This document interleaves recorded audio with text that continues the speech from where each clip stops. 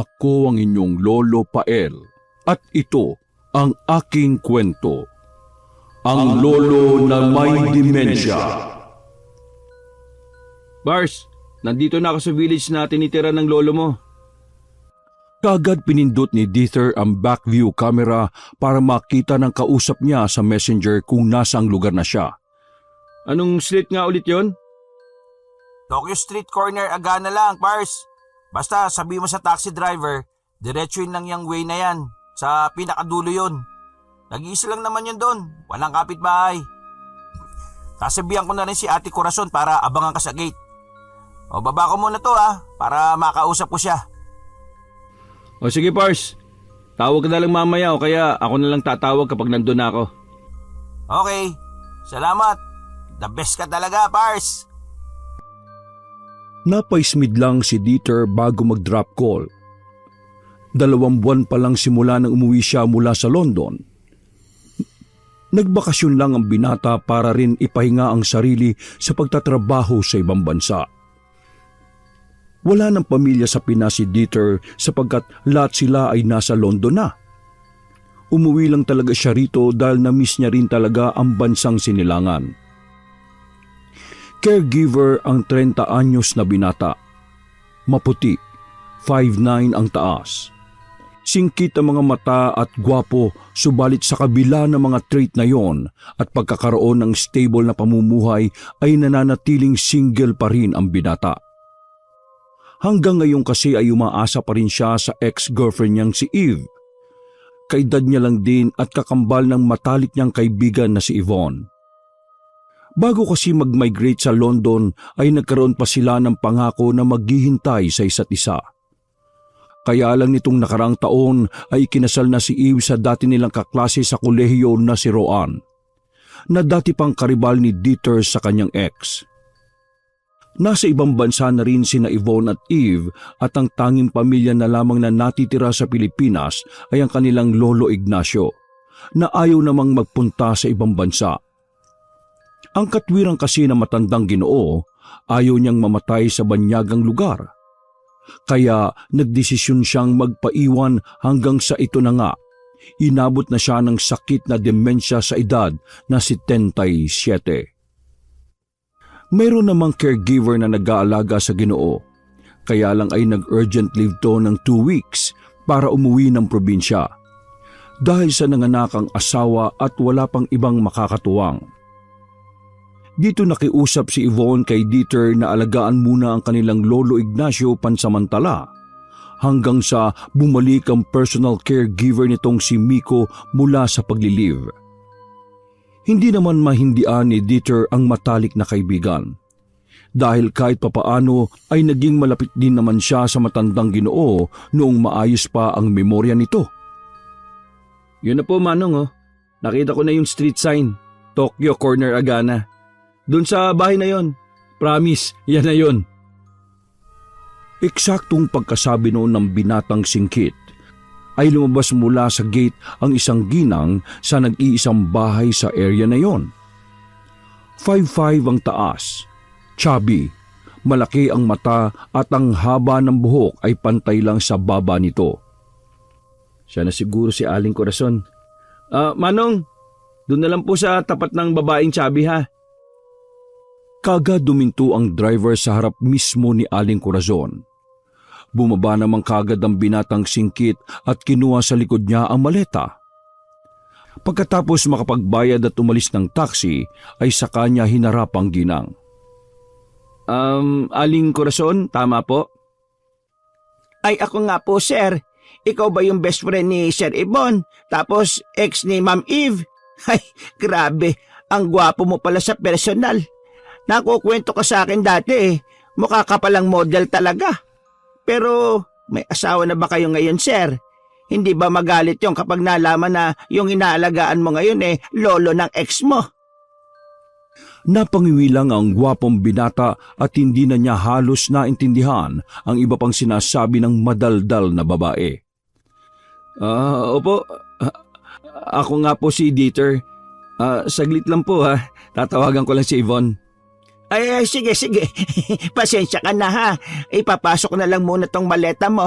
At tara dun sa loob. Doon ka na makipag-usap kay Sir Yvonne para maisara ko na rin itong gate. Baka kasi biglang lumabas si Tay Ignacio eh.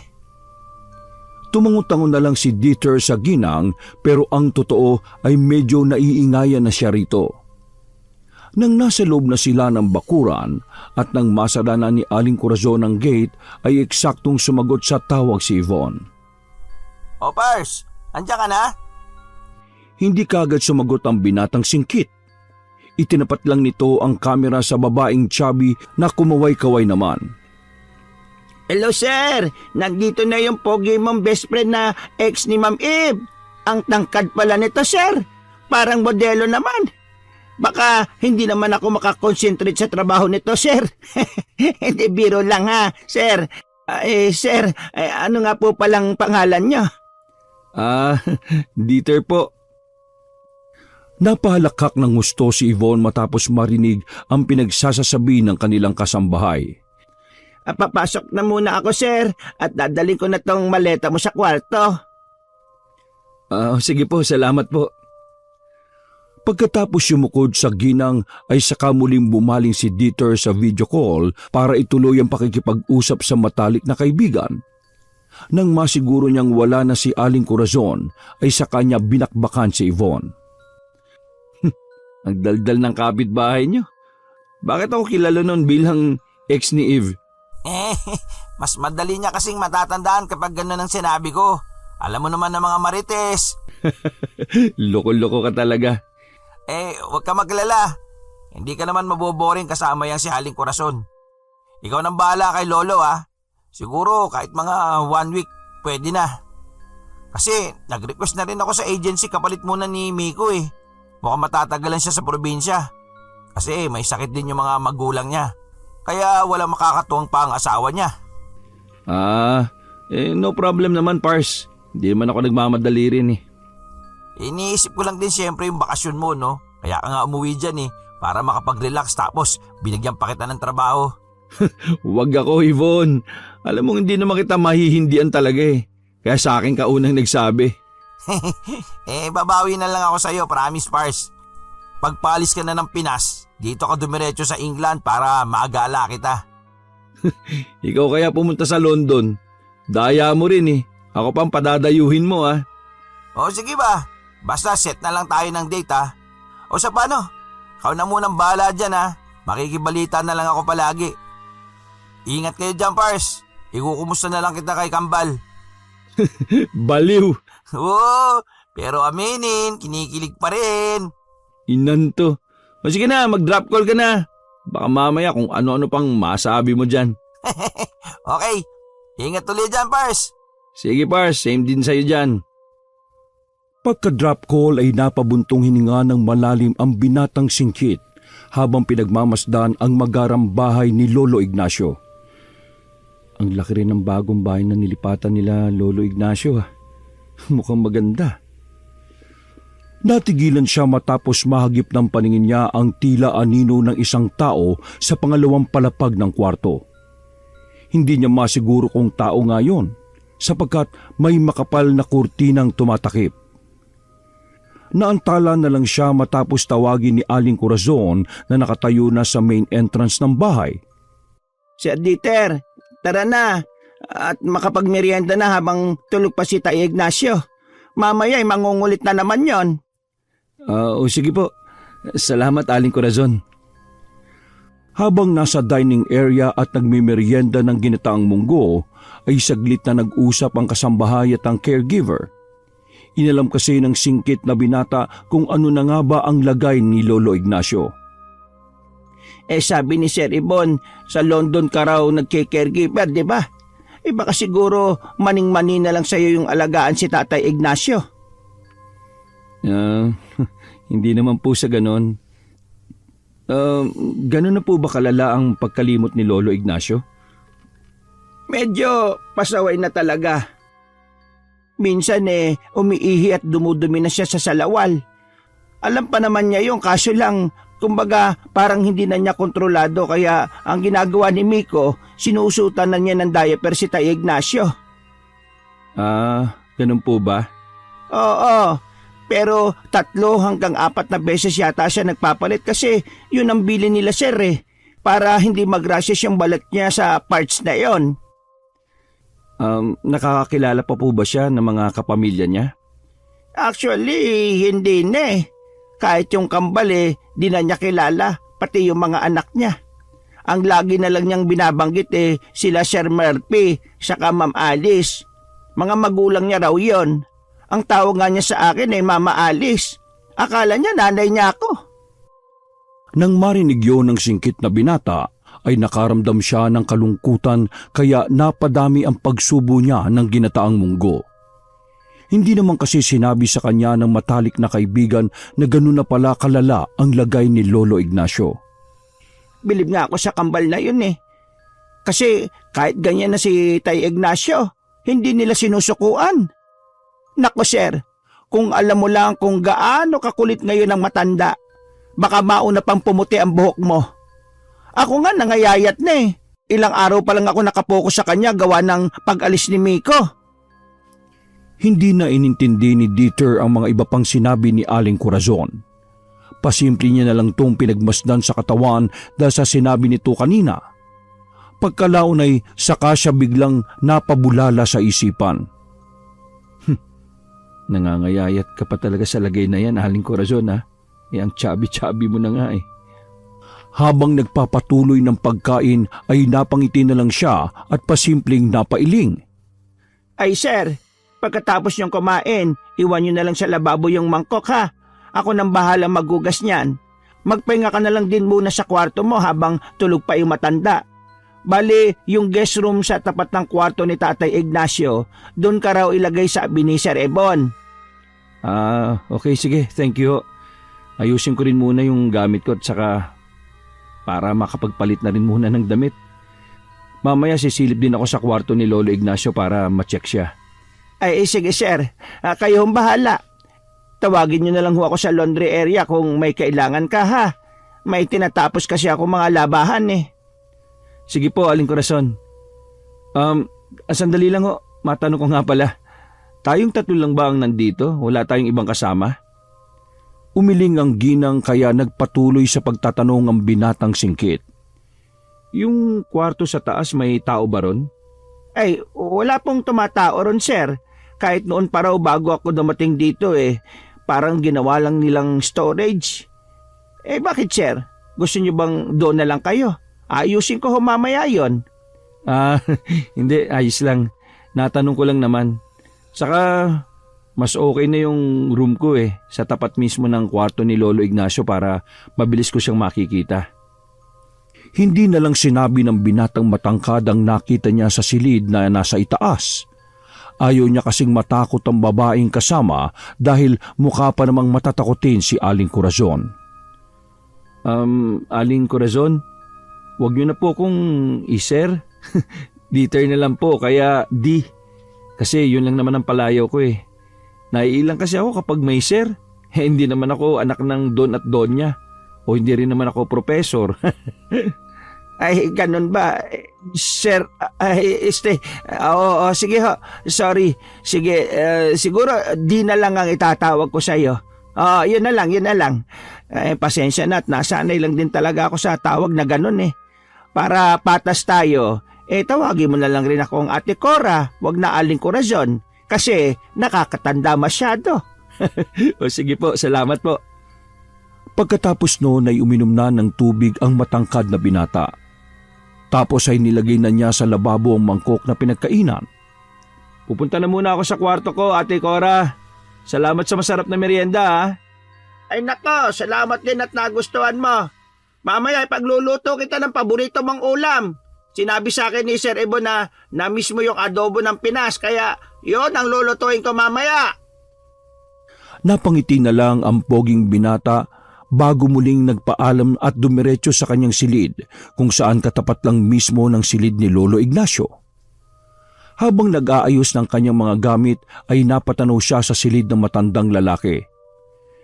Nakabukas kasi ang parehong mga pinto nila kaya kita niya si Lolo Ignacio na nahihimbing sa pagtulog. Dahil doon ay naalala niya din tuloy ang yumao niyang lolo na close pa naman niya. at habang nagbabalik tanaw ay napansin niyang biglang bumangon si Lolo Ignacio. Medyo na-creepy yan ng binata sapagkat lumiko kagad ang tingin ng matandang lalaki sa direksyon kung nasaan siya at pagkatapos noon ay bigla na lang ngumiti. Hindi alam ni Dieter kung bakit, pero ang ngiting yon ay biglang nagpatayo ng mga balahibo niya sa braso at batok. Pakiramdam niya kasi ay ibang tao ang kaharap niya at hindi ang Lolo Ignacio na minsang naging kaklose niya rin. Pagkatapos ngumiti ay bigla namang tumalim ang mata ng Ginoo at sumeryoso na rin ang pagmumukha nito. Mas lalo tuloy nang ilabot ang matangkad na binata dahil sa tingin na tila ng lilibak. Nagpadagdag kilabot pa ang nangungulubot at namumutlang balat nito. Ang nangangalumatang mata na nangingitim na ang ilalim pati ang labi nitong namamalat at medyo namumutla na rin. Sanay naman siyang makasalamuha ng iba't ibang uri na matandang may demensya, pero hindi niya rin maintindihan ng sarili kung bakit parabang kabang-kaba siya matapos makita si Lolo Ignacio. Para siyang nabato at namanhid na hindi makakilos dahil sa nakakatakot na titig nito. Bakit ka nandyan sa kwarto ng Tatay Murphy at Nanay Alice ko? Magnanakaw ka ba? Dahil sa tinig na yun ay tila natauhan ng binatang singkit. Lumabas ka dyan! Magnanakaw! Magnanakaw! Nanay Alice! May magnanakaw na nasa kwarto niyo ni Tatay! Medyo nataranta si Dieter at hindi rin kagad alam ang gagawin. Mabuti na lang ay biglang dumating si Aling Corazon at kaagad nilapitan ng matandang Ginoo na nagsisimula ng magtantrum. Nanay, tingnan mo yung lalaki magnanakaw yan, nakapasok sa kwarto niyo ni Tatay. Kagad inalo ng babaeng chubby ang tila batang nahintakutan na si Lolo Ignacio. Pagkatapos noon ay saka siya tumingin kay Dieter at kumurap-kurap lang. Sinyalis na pahingi ng pasensya. Relax lang po, Tay Ignacio. Hindi siya magnanakaw. Siya si D. Pansamantala siyang papalit kay Tay Murphy. Kasi, di ba, nagbakasyon si Tay Murphy. Relax lang po, Tay Ignacio. Pero, Nay, yung kasama niya may sungay Masasamang tao sila, Nay. Mga demonyo sila. Matapos nilang marinig ang mga yon, nagkatinginan ng dalawa. At nakaramdam na matinding takot si Dieter habang lumilinga-linga sa paligid ng kwartong kinaroroonan niya. Wala naman siyang kasama, Tay. Relax lang po kayo. Inhale, exhale. Yan, ganyan, Tay. Tumingin po kayo sa akin. Mabuti na lang at sumunod kagad ang matandang lalaki at nang kumalma na ito, ay saka bumaling ang ginang sa binatang hindi pa rin maintindihan ang nararamdamang takot at awa para sa matanda. Ganyan ang mga tipikal na sinasabi ni Tay Ignacio. Mamaya na kita ipapakilala ha, kapag nahimasmasan na siya. Sa ngayon pahinga ka muna dyan. Alam ko namang sanay ka na sa mga ganitong tantrum. Sige lang, maglikpit ka lang ng mga gamit mo dyan o kaya isara mo na lang yung pinto para di ka maistorbo. Sige po, salamat po Ate Cora. Pero okay lang po yan, kahit nakabukas para masanay si Lolo Ignacio na makita ako. Nang tuluyang kumalma na ang matandang lalaki ay doon na ipinakilala ni Aling Corazon ang binata kay Dieter. Nang una ay alangan pa ang matandang lalaki pero nang magsimulang magkwento ang gwapong binata para mahuli niya ang loob ng pasyente, kalaunan ay hindi na to nailang pa sa kanya. Mabilis na napalagay ang loob ni Lolo Ignacio kay Dieter at pagsapit ng gabi ay halos hindi na siya lubayan nito dahil aliw na aliw sa pakikinig sa mga kwento niya. Matapos mapakain, malinisan ng katawan at mapainom ng gamot, ay inihatid na ng binata ang matanda sa silid nito. Tay Ignacio, matulog na po kayo ha, para bukas ng umaga igagala ko kayo sa park nitong village. Kitang-kita ang tuwa sa mukha ni Lolo Ignacio matapos yung marinig. Ngayon na kaya tayo pumunta para maaga tayo? Gabi pa po ngayon kaya hindi pa po pwede. Oras pa lang po ng pagtulog at saka sarado na ang park kapag ganitong oras. Kaya po dapat matulog kayo na maaga para paggising natin bukas pupunta kagad tayo ron. Sige na nga, matutulog na ako na maaga.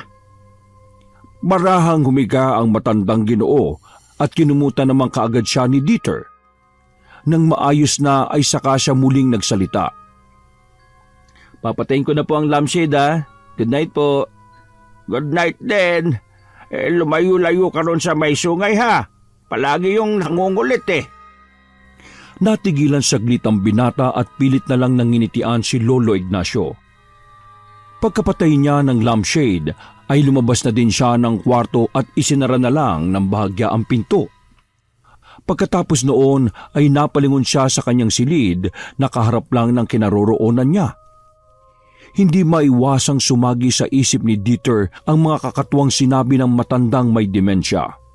Pero para maiwaksi ang namumuong takot, ay inisip na lang niya na parte ng sakit ni Lolo Ignacio ang pagsasabi ng kung ano-anong bagay. Nagtungo siya sa kusina kung saan naabutan niya pa si Aling Corazon na nagsasalansan ng mga pinagkainan nila. Nang makita siya ng ginang ay nagsalita to kaagad. Kumusta naman yung first night mo with Tatay Ignacio? Ayos lang naman po. Medyo naninibago lang po kasi hindi naman ako sanay na ganyan si Lolo Ignacio Matutulog ka na po ba? Ay hindi pa. I-check ko pa yung mga sinampay ko. Ikaw, pwede ka na magpahinga. Kapag nagising si Tay Ignacio, ako na munang bahala. Gigisingin na lang kita kapag hindi ko alam ang gagawin. Salamat po pero tatambay na lang muna ako sa kwarto. Baka pagod din kayo Nakakaya naman po. Ay nako, nahiya ka pa sa akin. Kapogi-pogi mo mahiyain ka pala. Kung gusto mo manood ka na lang muna ng TV sa sala kung hindi ka pa inaantok ha. Sa kwarto na lang po ako magtatambay para diretso kapag inantok. Ikaw ang bahala. O sige, maiwan na kita dito ha. Dahil marami pa akong ililikbit, baka mahamugan na yung mga sinampay. Sayang ang bango nun. Sige po. Pagkaalis ng babaeng chubby ay kumuha lang ng tubig si Dieter bago nagpunta sa kanyang kwarto. Bago pumasok ay napansin niyang nakabukas na ng buo ang pinto ng silid ni Lolo Ignacio. Kaya napakunot-noo siya dahil sa pagtataka. Bakit bumukas na ito ng buo? Siguro hangin lang. Hinawakan niya ang doorknob at bahagyang isinara ang pinto na lumalangit-ngit pa dahilan para mapaingit siya habang tumitingin kay Lolo Ignacio. Baka kasi magising to dahil sa langit-ngit ng pinto. Nakahinga siya ng maluwag sapagkat mahimbing naman ang pagtulog ng matandang may demensya. Epekto rin kasi ng gamot na iniinom nito. Pumasok na kaagad siya sa kanyang silid at isinara na lang din niya ng bahagya para masipat pa rin kahit papaano si Lolo Ignacio. Pag inom kaunti ng tubig ay inilapag niya na yon sa mini table at pagkatapos ay nahiga na siya sa kama. At pag-check ng kanyang cellphone ay doon niya nakita ang ilang mensahe ng matalik niyang kaibigan. Kaya agaran niyang binasa. Nagkita kami ni Kambal kanina. Tapos, sabi ko sa kanya na kinukumusta mo siya at namimiss mo na siya. Ang respond niya, miss you too raw. Ay, kilig. Kilig na naman ng best friend ko. Asang-asa. Animal, mag-asawa ka na ng iba. Peace, Brad. Napailing na lang si Dieter habang natatawa sa kalokohan ni Yvonne. Sira ulo talaga tong Yvonne na to. Ma-replyan nga. Eka nga. Nagsimula siyang mag-type habang sinasabi ang mga yon. Gago ka talaga, Yvonne. Kapag ako nakapangasawa, hindi ka invited. Nang masend na, ay napangiti na naman siya at inilapag ang cellphone sa gilid niya. Eksakto namang nakarinig siya ng ingay mula sa labas dahil parang merong kumalabog. Napabangon tuloy siya ng kama at lumabas ng silid para i-check kung anong nangyari. Ate Cora? Ikaw po ba yan? Ano pong nangyari? Kailangan niyo po ba ng tulong? Hindi na niya natapos ang sinasabi sapagkat nakakita siya ng anino na paakyat sa itaas. At pagkatapos ay meron na namang kumalabog mula roon. Ate Cora? Sa sobrang pagka-curious ay nagtungo siya sa hagdan at tumingin sa itaas. Muli na naman niya kasing narinig ang mga kalabog galing doon. Ate Cora, okay ka lang ba? Aakyat na sana siya nang biglang merong kumalabit sa kanya mula sa likuran at labis niyang ikinagulat. Kamuntikan pa siyang mahulog dahil nasa unang baitang na siya ng hagdanan. Bakit nandiyan ka? Hindi kagad nakatugon ang binatang namutla ang muka dahil sa pagkagulat. Nagulat ka ba sa akin? Paano ka naman nakakita ng multo, di? Ano po kasi, akala ko nasa taas kayo. May mga kumakalabog kasi. Ay nako, wag mong intindihin yon. Mga daga-daga lang yon. Medyo magulo na kasi ron sa taas kaya pinamamahayan na ng daga. Buti na lang dumating ka kasi makakapaglinis na ulit ako ron. Ganun po ba? Yaap! Kaya sige na, lilikpitin ko pa tong mga sinampay eh. Doon na lang napansin ng binata na may bitbit palang laundry basket ang kausap niya kaya agaran niya itong tinulungan. Ako na po magbubuhat. Saan po ba dadalhin ito? Doon na lang sa kwarto ko. Ilalabas ko na lang yan kapag nakatupi na ng maayos. Dinala na nga kagad ni Dieter ang laundry basket sa silid ni Aling Corazon. Inilapag na lang niya ito sa tapat ng pintong nakasara. Salamat sa iyo, Di. Okay po, babalik na ako sa kwarto. Habang naglalakad pabalik, ay napadaan na ulit siya sa hagdan at napatingin sa itaas. Naku-curious pa rin talaga siya sa kung anong meron doon. Parang duda siya na ordinaryong mga daga lang ang may gawa ng ingay. May anino rin kasi ng tao na siyang nakita na paakyat doon at siguradong hindi naman yung daga.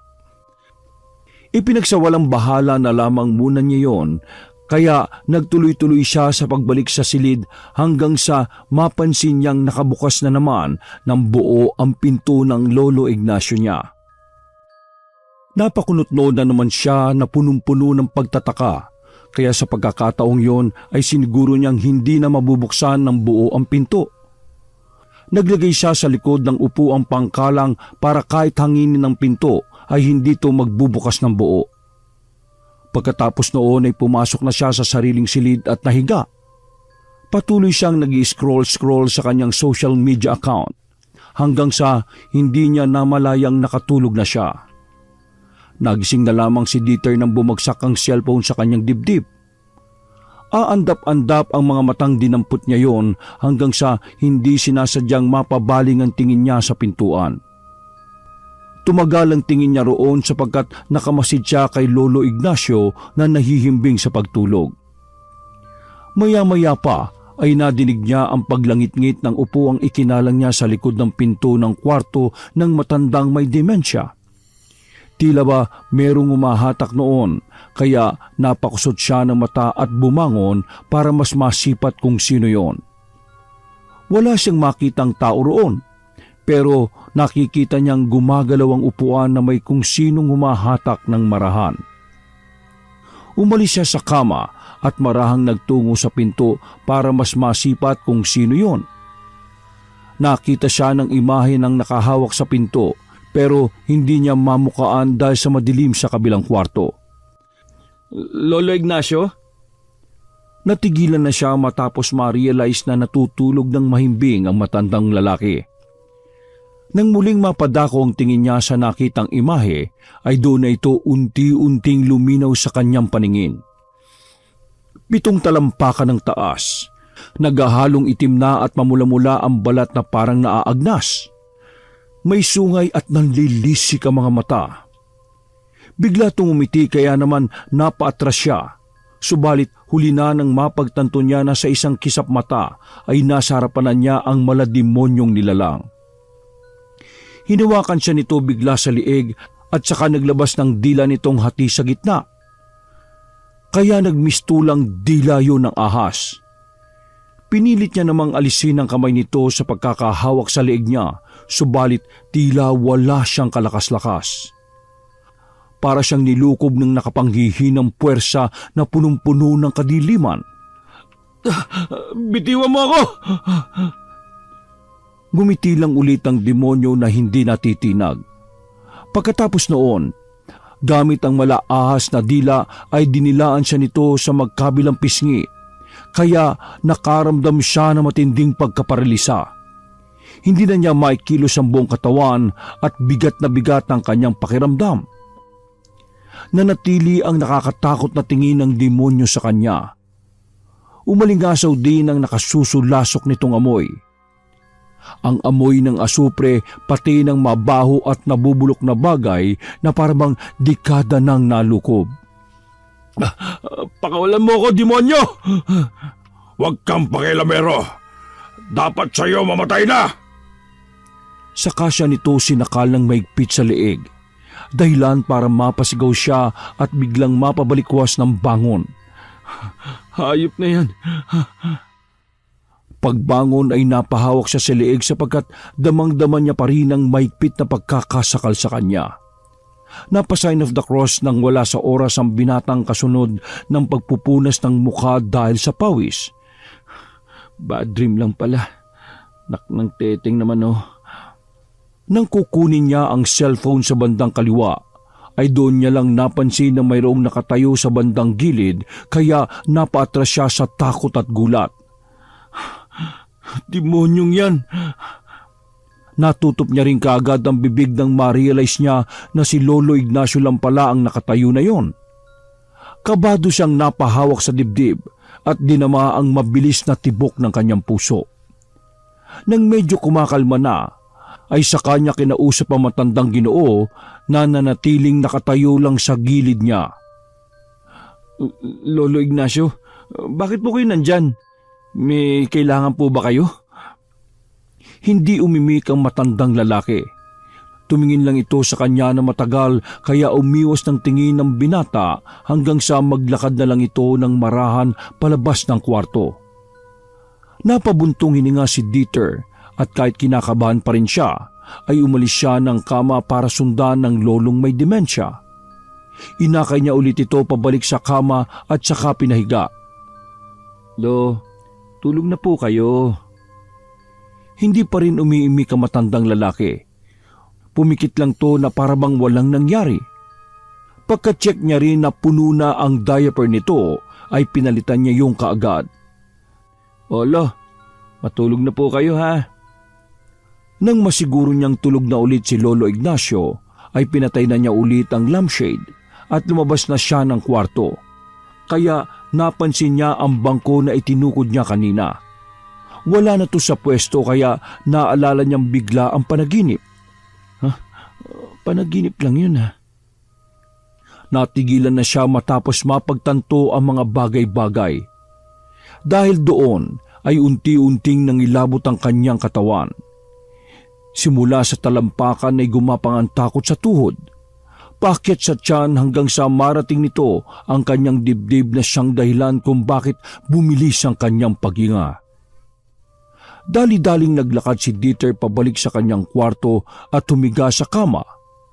Pinilit niyang ikalma ang sarili at winaksi ang takot na nararamdaman.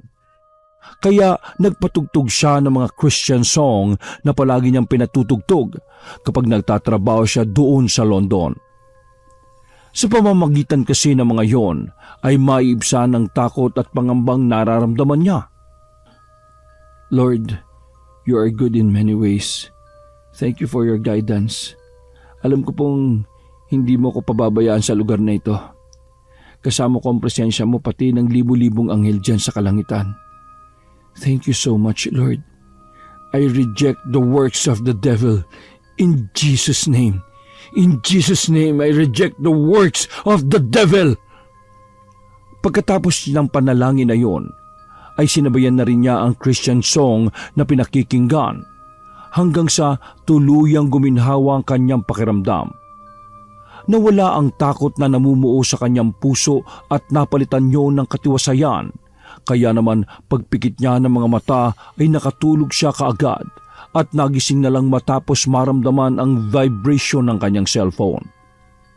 Nagset kasi siya ng alarm pasado 5:30 ng umaga dahil kailangan niya pang i-check si Lolo Ignacio. Pagbangon niya ay parang wala lang nangyari. Tila ba nakakalimutan na niya ang nakakatakot na naganap kagabi na hindi niya sigurado kung totoong nangyari o sadyang panaginip lang pala. Nagtungo kaagad siya sa kwarto ng matandang lalaki na eksakto nakagigising lang din. Kaagad niya itong binihisan at nilinisan bago sila lumabas ng kwarto. Pagdating nila sa kitchen ay naroon na ang babaeng chubby at naghahanda naman ng para sa breakfast ng lahat. Good morning, Di. Good morning, Tay Ignacio. Good morning din po, Ate Cora. Di, dalhin mo muna siya sa garden sa likod ng bahay, ha? Tuwing umaga doon talaga nagtatambay ang si Tatay Ignacio. Ihatid ko na lang doon ang almusal ninyo. Sige po, Ate Cora. Salamat po. Sige po, pupunta na kami sa likod din. Pasado 6:30 ng umaga ay nagtungo nga sila sa likod hardin katulad ng sinabi ni Aling Corazon. Kapag ganong oras daw ay dinadala talaga ni Miko ang matandang lalaki roon para malibang. Habang nakaupo sa wheelchair, ay tahimik lang na pinagmamasdan ni Dieter ang magandang hardin. Ngayon niya lang kasi nalaman na meron pala roon na bahay. Saglit niyang iginala ang tingin dahil medyo tahimik pa naman si Lolo Ignacio na parang wala pa sa wisyo. Hanggang sa madako ang atensyon niya sa malaking bintana sa itaas ng bahay. Naalala niya tuloy bigla ang kalabog na narinig niya kagabi at sinundan na rin yon ng nakakatuwang nangyari kaninang madaling araw. Posible kayang merong multo sa bahay na to? Noong nasa London siya at nag-aalaga ng ilang pasyente katulad ni Lolo Ignacio, ay hindi rin maiwasan na maka-experience siya ng mga kakatuwang bagay. Pero dahil ang mga taong nakatira sa western country ay hindi naman fan ng mga supernatural, kaya kahit papaano ay na-adapt na rin ni Dieter ang ganoong paniniwala. Yun nga lang ay hindi pa rin talaga maiwasan na kung minsan ay makaramdam siya ng tao dahil kung paano pinaniniwalaan niya ang Diyos, ganun din siyempre sa mga multo at demonyo. Nakatulog ka ba na maayos? Gulat na napatingin ang singkit na binata matapos biglang magsalita si Lolo Ignacio. Kako, kung nakatulog ka ba na maayos? Kasi marami talagang makukulit dito sa bahay kapag gabi. Matapos ang narinig ay hindi tuloy alam ni Dieter kung ano ang iisipin niya. Habang tinitingnan niya kasi ang matandang lalaki na nagsasalita, ay tila ba normal lang naman ito at walang sakit na demensya. Mabuti na lang talaga at sanay na siya sa mga ganoong kaso na kung minsan ay kung ano-ano talagang mga pinagsasabi na mahirap paniwalaan. Pumeki siya ng pagngiti bago tumugon sa matandang tila naghihintay ng kanyang sagot. Ayos lang po ko. Siguro namamahay lang ako, Lo. Kaya hindi masyadong nakakatulog kaagad. Paalisin mo na kasi yung kasama mong may sungay. Pati tuloy ako hindi masyadong makatulog eh. Pinaalis ko na yun dati, ngayon bumalik na naman. Para siyang binuhusan ng malamig na tubig pagkasabing yun ni Lolo Ignacio. Nagsimula na naman tuloy siyang mangilabot at panayuan ng mga balahibo sa katawan. Huwag kang aakyat doon sa taas kapag 10 oras ng gabi ha. Marami yan sila roon eh. Napatingin tuloy siya sa malaking bintana at hindi maiwasang makaramdam ng takot dahil sa mga pinagsasabi ng matandang lalaki na may demensya. Magagalit sila sa iyo kapag pinakailaman mo. Kaya sundin mo ang sinasabi ko. Bata matuta, papatayin ka naman ngayon. Parang gusto nang mag-walkout ni Dieter dahil sa mga naririnig. Mabuti na lang ay dumating na roon si Aling Corazon dala ang kanilang almusal. Kaya kahit papaano ay muling naglight ang pakiramdam ng binatang gwapo. Here's your breakfast, Tay Ignacio, Di. Kaagad nilapag ng babaeng chubby ang platitong may lamang chicken nuggets at steamed broccoli para sa matandang lalaki. Ang hinatag niya naman kay Dieter ay 3 layer ng tuna sandwich. May dala rin siyang orange juice at tubig para sa lahat. Kain na. Happy tummy everyone. Sa'yo yung tuna sandwich Opo, sige po, salamat po. Kayo po, Ate Cora, kumain na po ba kayo? Ay nauna na akong mag-almusal kanina. Sinangag ko na yung natirang kanin kagabi tapos sinalat ko na lahat. So, paano? Ikaw nang bahala dyan May gagawin pa ako sa kusina Tapos maglilinis ako sa taas para mabawasan yung mga daga. Dahil doon ay napatingin na naman siya saglit sa malaking bintana sa ikalawang palapag ng bahay na tanaw sa kinaroroonan nila. Sige po, ako mamaya na rin kakain. Susubuan ko na muna si Lolo Ignacio para makainom na rin ng gamot. Pag-alis ng ginang ay pinakain na nga niya ang matandang lalaki. Makalipas ang ilang minuto nang sumikat na ang araw, ay pinainitan niya saglit si Lolo Ignacio. Nang may sapat ng bitamina galing sa araw ay bumalik sila sa silong at saglit pang nagtambay doon. Hinayaan niya lang ang matanda habang siya ay kumakain. Mabilis na lumipas ang oras. Hindi katulad kahapon ay medyo tahimik ngayon si Lolo Ignacio na parang hindi interesado sa mga kwento ni Dieter. Pasado 12:30 ng hapon nang makatulog ito at eksakto namang tumawag si Yvonne galing sa ibang bansa. Pasado 7:30 ng umaga ron at nasa biyahe si Yvonne kaya malaya silang nakakapag-usap. Kumusta Pars yung first night mo dyan sa bahay ni Lolo? Eto, medyo namahay Pars. Nasaan si Lolo? Tulog siya, kakatulog lang din halos. Saglit niyang ipinakita sa video camera ang natutulog na matanda bago muling bumalik sa sariling kwarto. Katulad ng dati ay iniwan niya lang na nakauwang ang pinto para makita kagad si Lolo Ignacio kapag nagising to o kung may anumang komosyon. So kumusta? Hindi naman pasaway si Lolo. Nung una takot na takot sa akin. Tinawag pa akong magnanakaw kasi yung guest room na tinutulugan ko, kwarto raw ni Murphy at saka ni Alice. Itong poging mukha na to, napagkamalan pang magnanakaw Pangalan ni tatay at nanay niya yun. Usually yun lang talaga ang natatandaan niyang pangalan Kahit sila papa at mama, lalo na kami ni Eve, hindi na niya kilala. Medyo nakakalungkot pero wala Ganun talaga. At least ang mahalaga kahit di na niya kami nakikilala nabibigay pa rin namin yung pag-aalagang deserve niya. Kaya salamat talaga sa iyo Pars. Promise, no to drama pero thanks a lot Welcome Pars. Pero eto to be honest, kahit wala pa akong 24 hours dito sa inyo medyo nakikreepyan ako sa kay Lolo Ignacio Parang wala siyang demensya na ewan. Ewan ko kung nagigets mo to Hindi ko ma-explain ng maigi Pero basta ganun. Parang may kakaiba. Lalo na't ang dami niyang sinasabi about this house. Medyo creepy lang pakinggan. Simula naman nung lumipat yan dyan si Lolo Ganyan nga raw sabi nila Eve. Kasi di ba, I told you na nagbakasyon sila dyan. Tapos yun na nga later on, na-diagnose na siyang may demensya. Pero sure kang ayos ka lang ba dyan Eto naman, okay na okay lang ako dito. Mabuti nga at gwela nga itong si Ate Core. Masasanay din ako after 1 week.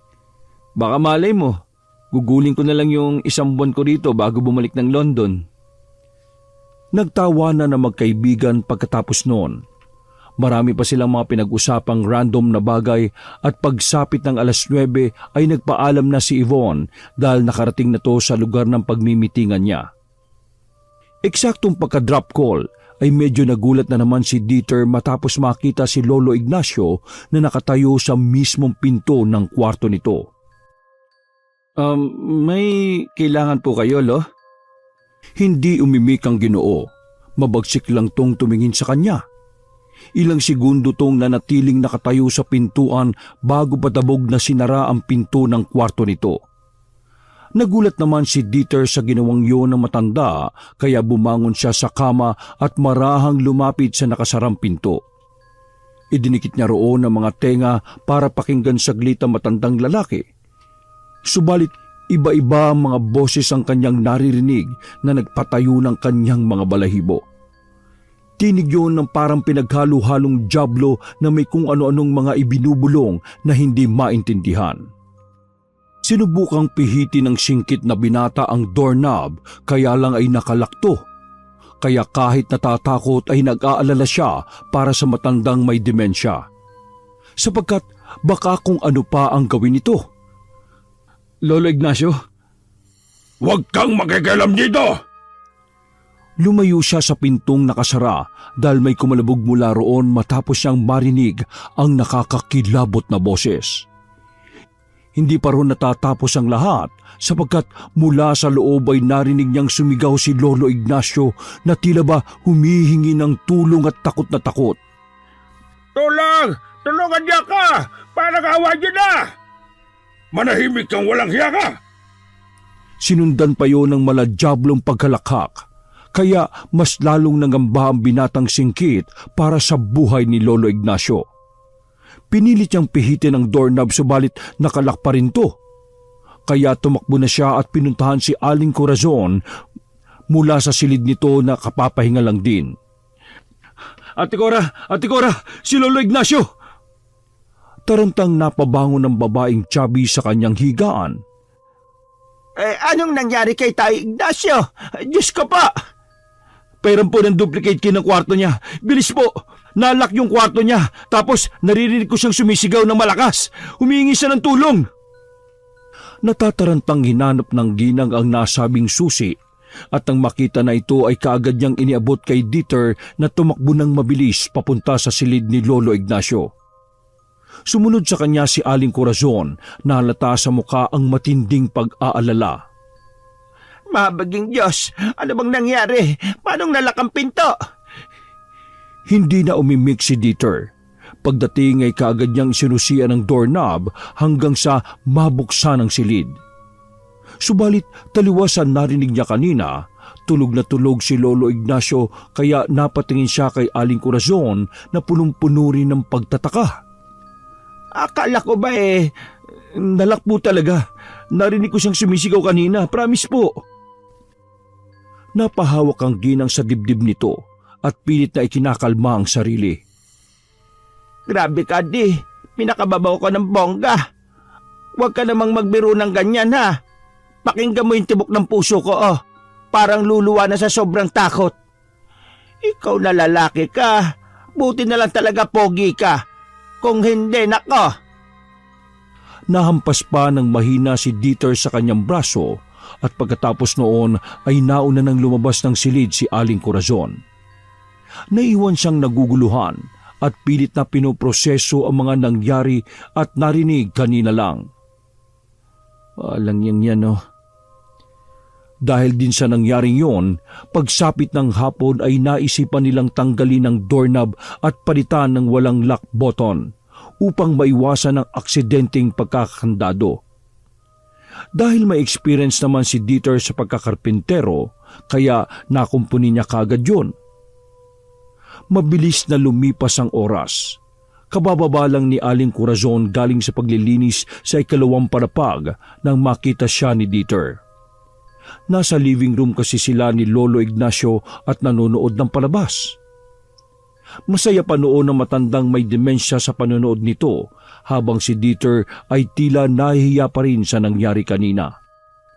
Hindi naman niya ma-explain ng maayos sa babae ang mga narinig niya sapagkat baka mapagkamalan pa siya nitong may saltik sa ulo. Pasado 7:30 ng gabi, pagkatapos nila magapunan ay hinatid na kagad ng gwapong binata si Lolo Ignacio sa silid nito. Sapagkat ayon sa matandang lalaki ay inaantok na siya. Pinainom lang siya saglit ng gamot bago pinahiga sa kama at kinumutan. Lo, good night po. Good night. Kailan pala babalik si Tatay Murphy? Sabi niya magtatrabaho lang siya. Next week pa po, Lo. Kaya magpakabait ka daw para may pasalubong ka mula kay Tatay Murphy. Matagal pa pala, naiinip na ako. Pag ako nainip, sasama na lang ako sa kanila eh. Napakunot noo si Dieter kasunod ng pagtatanong sa matandang may demensya. Lo, sino pong sila na tinutukoy nyo? Napatras ng bahagya ang binata matapos biglang tumingin ng matalim sa kanya si Lolo Ignacio. Ang maamong mukha nito kani-kanina lang ay muli na naman bumagsik. Mas namutla at mas dumilim ang pagmumukha, kaya unti-unti na namang nakaramdam ng kakaiba si Dieter. Pakiramdam niya ay hindi na naman si Lolo Ignacio ang kaharap niya, kundi ibang nilalang. Nilalang na hindi pangkaraniwan. Yung mga walang yang may sungay na yun sa taas! Pagkaturo ng Ginoo sa kisame ay marahang napatingla roon ng poging binata. Hindi rin kaagad siya tumingin sapagkat pakiramdam niya ay may kung anong bubulaga sa kanya roon. Nang walang makitang kahit na ano, ay nakahinga siya ng maluwag bago muling kausapin ang matandang may demensya. Pero unti-unti na siyang kinakabahan na hindi lang nagpapahalata. Tao po ba yung tinutukoy nyo, Lo? May tao bang may sungay? Dalawa lang naman yan eh. Kung hindi hayop ang tinutukoy ko, ibig sabihin, demonyo! Mas dumoble ang gulat at takot niya nang humawak ng mahigpit sa kamay niya si Lolo Ignacio. Pilit niyang hinihigit ang kamay pero tila kapit tuko ang matandang lalaki. Matagal pa silang nagkatitigan kaya pinanayuanan naman siya ng balahibo sa braso at batok. Habang pilit na tinatanggal ni Dieter ang pagkakakapit ni Lolo Ignacio. Lo, bitiwan mo na po ako please. Pagkabitaw ng matanda ay saka ito ngumiti at bumalik sa pagiging maamo ang pagmumukha. Good night, Tatay Murphy. Di po ako. Good night na rin po. Papatayin ko na po itong lampshade ha. Pagkatango ng matandang lalaki ay kaagad niyang pinatay ang lampshade at nagtuloy-tuloy ng lakad palabas ng silid na yon. Nang nasa kusina na siya, ay doon ibinuhos ng binata ang lahat ng takot na nararamdaman. Hindi niya maintindihan ang pakiramdam kanina habang nakakapit sa kanya ng maigpit si Lolo Ignacio. Para siyang nalulunod sa takot kaya para kumalma ay ilang beses siyang nag-inhale at exhale. At nang guminhawa na ang kanyang paghinga ay muli niyang binalikan ang nakabukas na silid. Nakahinga siya na muluwag nang makitang nahihimbing na sa pagtulog ang kanyang alaga. Tulog na si Tay Ignacio? Napalingon siya sa biglang nagsalita. Opo, kakatulog lang din po. Buti at nakatulog kagad si Lolo. Ikaw, magpahinga ka na rin muna. Mukhang pagod na pagod ka ngayong araw. Gusto mo bang ipagtimpla kita ng gatas para mas mabilis ka makatulog? Halika sa kusina. Wala nang nagawa si Dieter kundi sundan ng sambahay sa kusina. Doon ay pinagtimpla nga siya nito ng masarap na gatas na inumpisahan niyang inumin. Ate Cora? Matabang ba ang gatas? Hindi ko kasi talaga nilalagyan ng sugar para mas manuot yung sustansya ng gatas. Nako, hindi po. Gusto ko lang sanang humingi ng pasensya kanina. Ay nako, wag mo nang pakaisipin yon. Siguro pagod ka lang kaya ganon. Ako rin kung minsan ganyan Sa dami ba naman ang ginagawa at iniisip ko, minsan nakakahalo-halo na lang. Lumagok muna ang binata ng gatas bago tumugon. Salamat po. Matanong ko lang po pala, bakit walang nagkukwarto doon sa taas? Para kasing sayang naman, di ba? Actually, si Tay Ignacio ang talagang natutulog doon sa taas. Simula lang nang ma-diagnose siya na may demensya, sila Sir Yvonne at Ma'am Eve ang nagsabi na ilipat siya sa kwarto dyan sa guest room. Nag-aalala kasi sila na baka mamaya ay mapano pa siya sa hagdan. Sa bagay, mukha pa namang nabangon si Tata Ignacio kapag 10 oras ng gabi. Katulad kanina madaling araw. Ay talaga? Hindi ko naman nabalitaan kay Miko na ganon si Tay Ignacio. Buti nakita mo siya. Nakatayo po siya mismo sa harap ko. Tapos, pinainom ko lang siya ng tubig saka pinalitan ng diaper. Kaya kailangan talaga tulog manok ako para ma-check ko pa rin siya kahit na madaling araw na. Ay, don't worry, Di. Kung kailangan mo ng kapalitan, willing ako. Para naman hindi ka gaanong napapagod. Sige. Naku po. Hindi na po kailangan kasi sanay naman ako sa ganun eh. Well, by the way, salamat po ulit dito sa gatas ha. Medyo nakaramdam na ako ng antok. Pagkaikab ng binatang singkit ay napangiti naman si Aling Corazon. Kapag naubos mo na, iwan mo na lang ang baso sa lababo ha. Ako nang bahala magugas. Lilinisin ko pa kasi yung CR doon sa dulo bago matulog. Sige po, salamat po ulit. Good night po, Ate Cora. Babalik na po ako sa kwarto. Pagkaubos niya ng iniinom ay iniwan na nga lang niya sa lababo ang baso at dumiretso na sa guest room. Sinilip na rin muna niya si Lolo Ignacio nang masigurong maayos na ang lagay nito ay saka siya pumasok sa kanyang kwarto at nagpagpag ng kama. Pagkatapos ay humiga na siya at kinuha ang cellphone para saglit na makinig ng mga Christian song bilang pampatulog.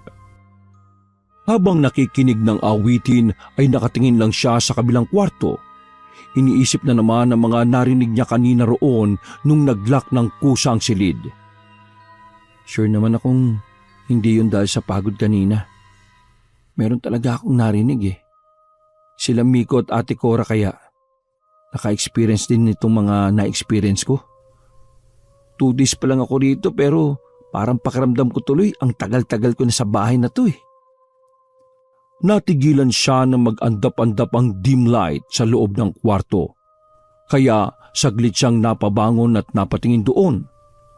Naku, mukhang mawawalan pa ng kuryente Naudlot na siya sa sinasabi sapagkat biglang dumungaw si Aling Cora sa pintuan at may dalatong mga flashlights, kandila at iba pang gamit kapag brown out.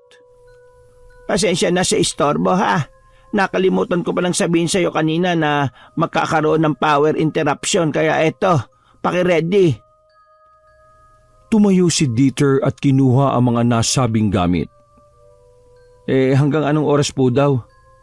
Walang sinabi Basta mga bandang 9:00 raw ang start. Pero usually ang mga ganyan inaabot na ng madaling araw para bumalik ang kuryente. May generator naman dito kaso hindi pwedeng pagsabay-sabayin ng kuryente. Para magamit natin ng aircon kailangan naka-off ang mga ilaw. Kaya po pala nag-ready na kayo nitong flashlight at saka mga kandila at lighter. Exactly. So, magpahinga ka na lang ulit at ako naman ang patapusin na sa ginagawa ko. Magpapahinga na rin ako pagkatapos.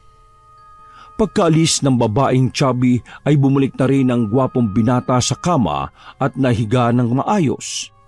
Itinigil na rin muna niya ang pagpapatugtog upang ma-charge ang cellphone. Pagkatapos noon ay humarap siya sa kasama at saka mahinang nagdasal ng mahina. Lord, thank you for this day sa buhay ng mga kasama ko rito sa bahay. Ikaw po ang siyang laging mag-ingat sa amin.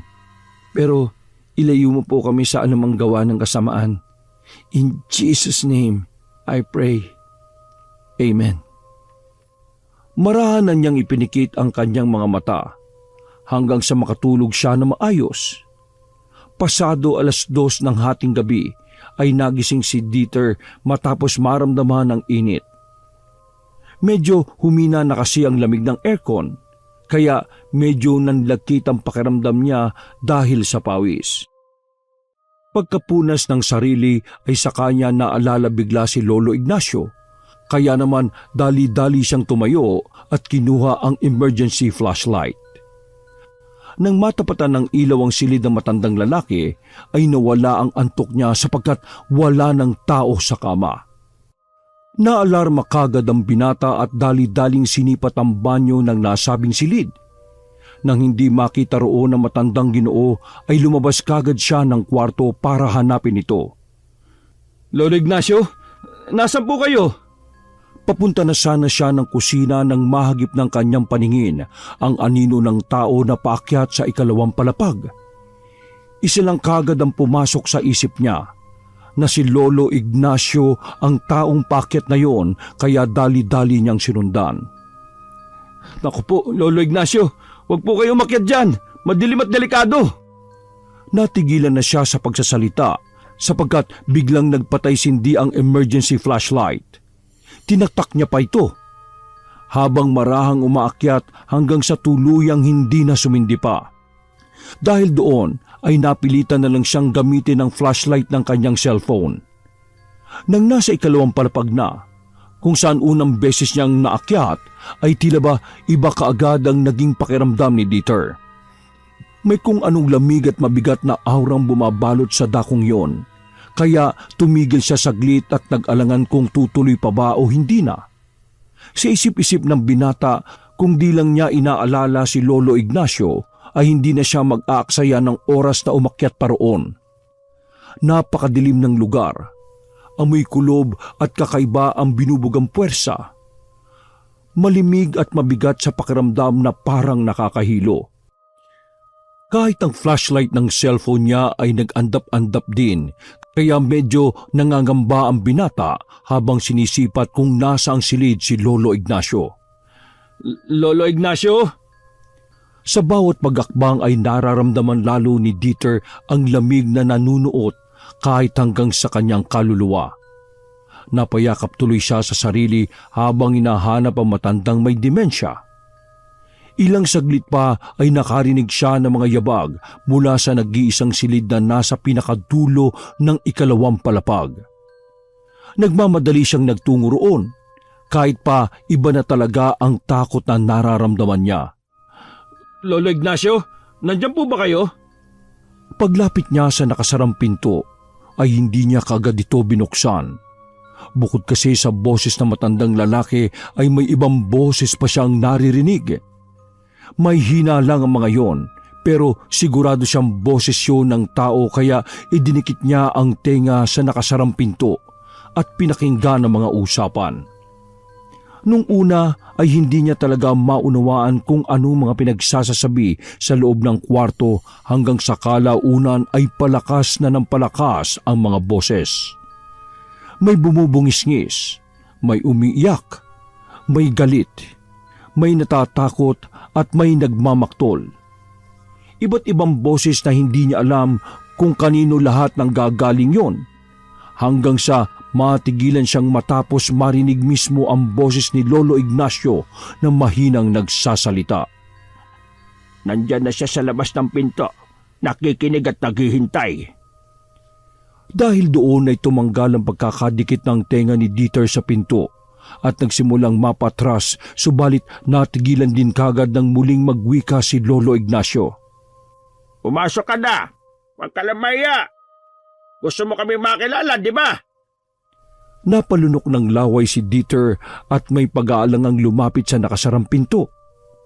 Muling nag-andap-andap ang flashlight ng cellphone. Pagkatapos noon ay marahan niyang hinawakan ng doorknob at binuksan ang pinto, hanggang sa tumambad sa kanyang paningin ang madilim na silid na may kulob na amoy. Sa isang iglap ay nawala na lang din bigla ang mga boses na naririnig niya kanina. Hindi niya alam kung paano yun nangyari, pero nakatitiyak ang binata na hindi na talaga yun normal na bagay lang. Itinapat niya kaagad ang flashlight at iginala hanggang sa makita ang kinaroroonan ni Lolo Ignacio na nasa pinakadulo, malapit sa malaking bintana. Nakatalikod to sa kanya at nakaharap sa bintanang natatakpan ng makapal na kurtina. Muli na namang nag-andap-andap ang flashlight, kaya medyo naalarma na si Dieter. Ibang-iba na kasi talaga ang pakiramdam niya sa lugar.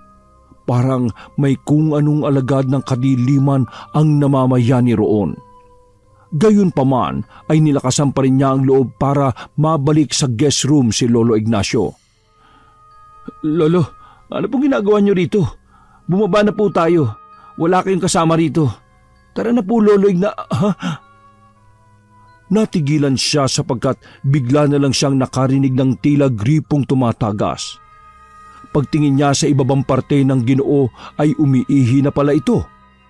Doon lang din niya napansin na hinubad pala ni Lolo Ignacio ang suot nitong diaper. Hindi lang doon natapos ang lahat. Sinundan pa yung mababahong amoy at nang itapat ng binata ang flashlight sa ibabang bahagi na matandang may demensya ay napatakip ito ng ilong. Bumulwak kasi ang dumi nito at kumalat yun sa sahig.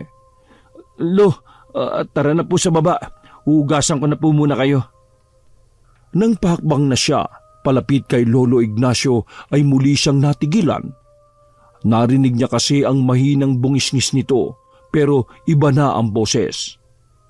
Ang tinig nito ay parang malalim at pinaghalu-halong boses ng mga nilalang na galing sa ilalim ng lupa. Dahil sa nakakikilabot na boses na yon, ay mabilis na gumapang ang takot sa buo niyang pagkatao. Ang nararamdaman niyang lamig at bigat ay mas dumoble. Kalaunan ay mas lumakas ang bungisngis hanggang sa nauwi na ito sa malalim na boses na parang tinig ng isang dyablo. Doon na tuluyang napabalik ang binatang singkit at nanatiling nakatayo sa pintuan habang naghihintay ng susunod na mangyayari. Hindi ba sinabi ko na sa iyong layuan mo, matandang ito? Sa amin lang siya! Napatangalang ang binata dahil sa pagkabigla sa boses na naririnig niya mula kay Lolo Ignacio. Ilang araw ka pa lang dito, pero masyado ka nang nangingialam. Dahil sa pagiging pakialamero mo, ikaw nang una naming papatayin bago naming kunin ang matandang ito. Mabilis ang mga sumunod na pangyayari na hindi na inexpect ni Dieter. Unti-unting lumagutok ang mga buto ni Lolo Ignacio at dinig na dinig yon ng binatang takot na habang nakatanga sa mga pangyayari. Isang malakas na nakapangingilabot na halakhak ng dyablo ang kanyang narinig. At mula sa refleksyon ng anino sa kortina ay kitang-kita niya ang mga nilalang na may namumulang mga mata at mahabang sungay. Nung tumigil ang halakhak ng dyablo ay biglang nagbend na parang gagamba ang katawan ni Lolo Ignacio. Pagkalaon ay ngumiti ito at muli na namang humalakhak na parang dyablo. Sa sobrang pagkasindak ni Dieter ay napaupo siya habang titig na titig sa matandang Ginoo na animo ay inalihan na ng mga demonyo. Dapat sa mga katulad mong mga pakialamero ay mamatay na! Pagkasabing yon, habang nakabend ay mabilis na sumalakay ang matandang Ginoo. Gumapang to na parang gagamba kaya sa sobrang taranta ni Dieter ay madapa-dapa pa siya bago makatayo at makatakbo pababa ng hagdan. Kamuntikan pa siyang gumulong at dumaus-os pababa. Mabuti na lang ay nabalansi niya ang sarili. Nang nasa ibabang palapag na, ay muli niyang nilingon ang inalihan na si Lolo Ignacio. Tila ba kinumutan siya ng takot nang makita tong pababa ng hagdan habang nakabend ang katawan. Ate Cora, tulong! Si Lolo Ignacio! Si Lolo Ignacio! Ate Cora! Napatakbo siya sa tapat ng pinto ng silid ng ginang at pakalabog yung kinatok. Pagbukas nga ay kaagad na silayan ni Aling Corazon ang nakakatakot na itsura ni Lolo Ignacio. At dahil sa ito ang unang pagkakataon niyang makita yon, kaya ganun na lang ang mga pagkukulang nila. Santissima por Diyos por Santo! Bago pa makalapit sa kanila ang Ginoo ay bigla na lang tong tumigil at tumayo ng marahan kaya narinig pa nila ang paglagutok ng mga buto nito.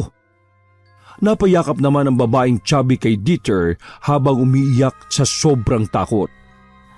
Ay, anong nangyari sa iyo, Tay Ignacio? Sa palagay ko po, may demonyong sumanib sa kanya. Kitang-kita ko kanina sa kwarto ron sa second floor eh. Maraming anino na may sungay at namumula mga mata. Bago pa siya magkaganyan. Nangatog pareho ang mga tuhod nila hanggang sa biglang sumigaw ang Ginoo na parang boses ng pinaghalu-halong demonyo. Pagkatapos noon ay bigla na lang tong nawalan ng malay tao. Mabuti na lang din ay kaagad na nasalo ni Dieter ang Ginoo, kaya hindi naman nabagok ang ulo nito sa sahig. Kinabukasan, kaagad ikinuwento ni na Dieter at Aling Corazon kay Yvonne ang nasaksihan nilang bagay, kaya kaagad din silang umaksyon. Pagpasok pa lang ng edad 66 na pastora sa loob ng bahay ni Lolo Ignacio, ay kakaiba na kaagad ang naramdaman niya. Nanayo kaagad ang balahibo niya, kaya napansin ni Dieter na pabulungtong nanalangin. Ayos lang po ba kayo, pastora? Actually, sa labas pa lang iba na ang pakiramdam ko. Kaya nanalangin ako kanina. Ngayon, iho, ikwento mo nga ang nangyari. Kaagad ikinuwento ni na Dieter at Aling Corazon ang tungkol sa nasaksihan nila, kaya nagsasagawa kaagad ng paunang panalangin ang nasabing pastor. Nagkatipon silang tatlo sa sala at doon sinimulan ang pananalangin. Our gracious Father in heaven, we would like to thank you for this time that you've given us. We always acknowledge your presence, Lord, at sa mga oras pong ito, inaanyayahan po muli namin ang iyong presensya sa lugar na ito kung saan mas nanaig ang dyablo. Amen. Yes, Lord. Nagmasid-masid ang binata habang sumasang-ayon sa mga panalangin ng may edad na pastora. Sabi mo po sa iyong banal na aklat, 2 o 3 na makakatipon sa iyong pangalan, ikaw po ang nasa kalagitnaan. Sa mga ito po, Panginoon, kasama ng libu-libong anghel dyan sa kalangitan, tulungan mo po kami na mapalayas ang masamang espiritu o demonyong lumulukob sa lugar na ito. Ibalik po ang dating sigla ng tahanan kung saan ikaw ang sentro at hindi ang dyablo. Yes, Lord. Sa banal na pangalan ng Panginoong Hesukristo at sa biyaya ng banal na Santong Espiritu na kaloob ng Diyos Ama, we decide na walang karapatan ng anumang gawa ng kaaway na makapenetrate sa lugar na ito in Jesus' name. Reject the works of the devil in this place. Ikaw na dyablo ka. Wala kang karapatang manghimasok sa tahanang ito, lalo na ang katawan ni Ignacio. Sa pangalan ni Jesus, I rebuke you. Get out of this place. Get out to Ignacio's body in Jesus' name. In Jesus' name. Yes, in Jesus' name. We rebuke you in Jesus' mighty name. Ilang saglit pa, habang patuloy na nananalangin sina Pastora Mendez, Dieter at Aling Corazon, ay bigla na lamang sumulpot sa harapan nila si Lolo Ignacio sa kayang wheelchair nito. Dahil doon ay natigilan sa pananalangin ng kasambahay dahil sa takot. Matapos makita ang kakaibang ekspresyon ng mukha ng matandang Ginoo, malayong malayo kasi ito sa maamo at mapagkumbabang wangis. Nang mapansin niyo ni Pastora Mendez, ay binalikan niya saglit si Aling Corazon. Kapag nagpakita ka ng takot, gagamitin niya ng dyablo para masilo ka. Pumikit ka at mag-focus sa pananalangin. Kahit anong gawin, at sabihin ng dyablong wag na wag kang makikinig at magpapatinag. Pumikit ang mga malulusog na kasambahay at pabulong na nanalangin habang ang mga kamay ay magkalapat. Nagbalik din ang pastora sa kanyang ginagawang pananalangin habang ang binatang singkit ay nanatili ring nakaobserba habang sumasang-ayon sa panalangin.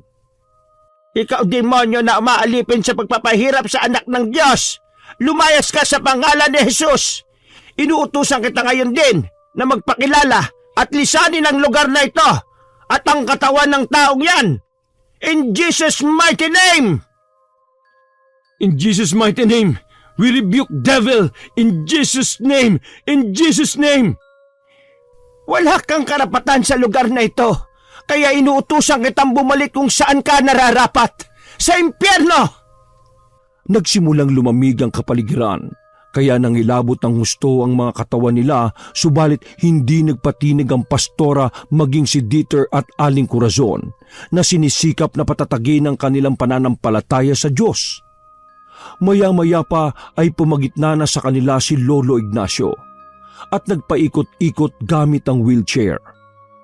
Hahawakan sana ni Dieter yon para pigilan sapagkat naiisip niyang baka mahilo ang matandang lalaki, subalit pinigilan siya ni Pastora Mendez. Tumawa ng tumawa si Lolo Ignacio at dinig na dinig nila ang nakakakilabot na boses ng dyablo mula rito, kaya mas lalong inigtinga ng pastora ang pananalangin hanggang sa mag-speaking of tongue na siya. Isang paraan ng pananalangin gamit ang makalangit na salita na mas lalong nagpapalakas at nagpapatibay ng panalangin laban sa masamang uri ng kaaway. Lalong nangilabot si Dieter at Aling Corazon pagkarinig sa panalangin na yun ni Pastora Mendez. Hanggang sa ilang saglit pa nga ang dyablo ay pumalaho na ng pagsigaw. Kalaunan ay biglang nawalan ng malay si Lolo Ignacio. Nakaagad namang inalalayan ng kasambahay at ng binatang caregiver. Para mas makasiguro tayo, tatawagin ko ang dalawa ko pang mga kasama upang tuluyan na nating mapalayas ang dyablo na umaalipin kay Ignacio.